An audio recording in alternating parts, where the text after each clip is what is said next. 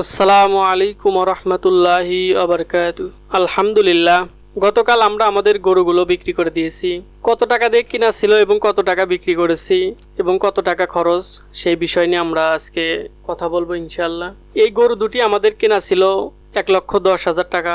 আমরা এই গরুগুলোকে পর্যাপ্ত পরিমাণ দানাদার খাবার খাওয়াই নেই।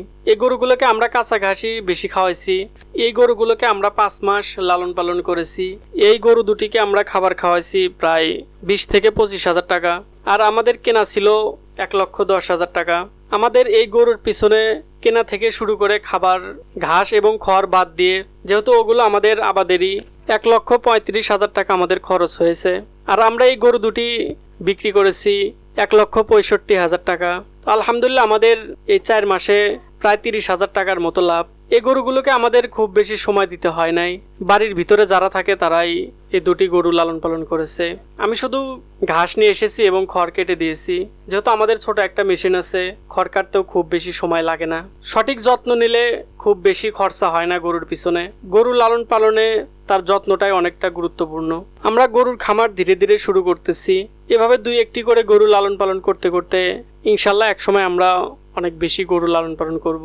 আসলে চাইলে সবকিছু সম্ভব হয় না।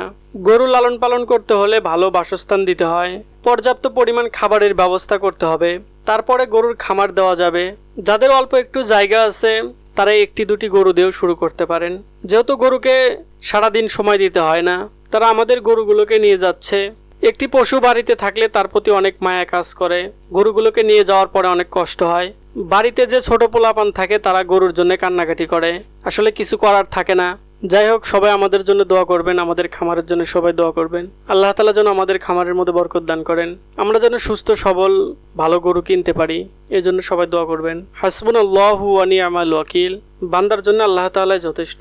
আসসালামু আলাইকুম ওয়া রাহমাতুল্লাহি ওয়া বারাকাতুহু।